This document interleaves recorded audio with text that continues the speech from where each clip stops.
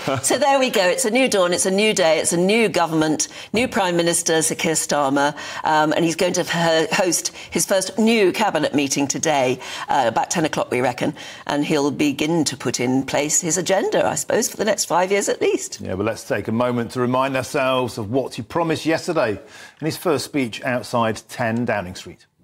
If you voted Labour yesterday, we will carry the responsibility of your trust as we rebuild our country.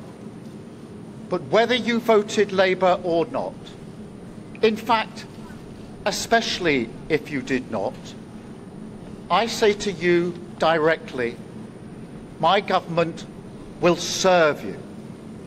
Politics can be a force for good. We will show that. We've changed the Labour Party, returned it to service, and that is how we will govern. Country first, party second. And of course, all of these events could only come about after the Conservatives were trounced in the polls with record losses of 251 seats. And here's what Rishi Sunak said outside Downing Street. Following this result, I will step down as party leader, not immediately, but once the formal arrangements for selecting my successor are in place.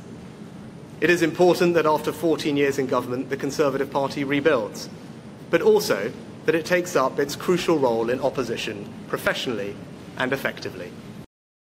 Well, joining us now is political strategist James Frayne. Morning, James. So here's a simple question, but it'll be interesting to know your answer. What were your most memorable bits of the last, 24, 48 hours? The last 24, 48 hours, I think in my profession, the exit poll looking like it was going to be enormous for reform and then in the end quite disappointing for them. There's going to be a bit of a post-mortem on why the polls weren't as accurate as people were expecting. But I think having lots of independent candidates in Parliament for the first time really was a real big surprise and will change politics. James, 10 o'clock this morning, the first cabinet meeting. A few eyebrows were raised. There were no surprising appointments, but some of the names have certainly raised eyebrows. David Lammy as Foreign Secretary, very, very outspoken of his outright contempt for Donald Trump, who, if the bookies are right, if the direction of travel is right, looks like he could be the next US president. That could be an awkward first meeting. Ed Miliband, here's a guy who's addicted to net zero. And he's going to be in charge of our energy policy. Wes Streeting, Health Secretary, the NHS broken. There's a lot of work to do, and that starts today.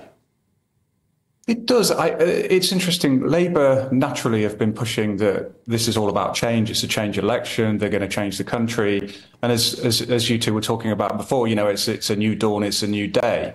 But they've just inherited the same problems that the Conservatives were grappling with just a week ago.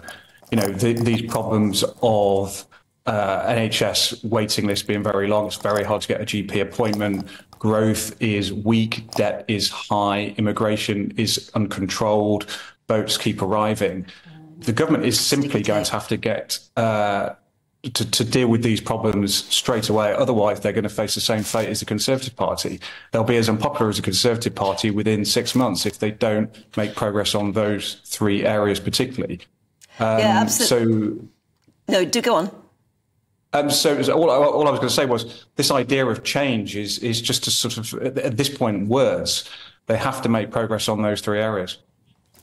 Yes, they've got to impress us, haven't they? Or they'll face, as you say, the same problems. But with that incredible majority, will it really matter? I mean, will they just storm ahead with what they want to do anyway?